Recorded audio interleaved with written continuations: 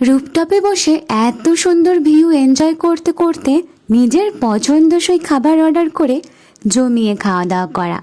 এখন বহরমপুরবাসীদের কাছে একটাই ঠিকানা, সেটা হলো এক্সপ্রেসো ক্যাফে। ঠিকানাটা হলো পিসি চন্দ্র জুয়েলার্সের ঠিক পাশের গলি দিয়েই এই বিল্ডিং হয়ে চলে যাবে একদম 5th ফ্লোরে, যেখানে নিজেই আমি কাল ফার্স্ট টাইম গিয়েছিলাম।